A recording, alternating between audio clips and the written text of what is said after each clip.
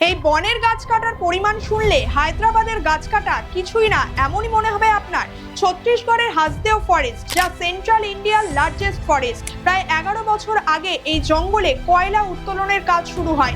রাজস্থানের বিদ্যুৎ উৎপাদনের জন্য সেই কাজ শুরু করেছিল রাজস্থানেরই এক কোম্পানি, আর এরপরই এই কোম্পানির সাথে যুক্ত হয় আদানি গ্রুপ। এরপরই কয়লা উত্তোলনের জন্য গাছ কাটা শুরু হয়। সরকারিভাবে 96,000টি গাছ কাটার কথা বললেও স্থানীয় কর্মীদের দাবি অনুযায়ী সংখ্যাটা প্রায় 1.5 লক্ষের বেশি হতে পারে। সেখানকার আদিবাসী সম্প্রদায়ের মহিলারাও চিপকো আন্দোলনের মতো প্রতিবাদের চেষ্টা করেছিল, কিন্তু সরকারের জন্য তা সফল হয়নি। এবার প্রশ্ন হলো যে কয়লা উত্তোলন না হলে কিভাবে বিদ্যুৎ তৈরি হবে? রাজস্থানের সৌরশক্তি দ্বারাও কিন্তু বিদ্যুৎ উৎপাদন সম্ভব। ভারতে গরমকালে উষ্ণতা যেভাবে বাড়ছে, সেখানে শুধু গাছ লাগাও প্রাণ বাঁচাও এই ক্যাম্পেইন করলেই হবে না, বরং গাছেরও প্রাণ বাঁচাতে হবে।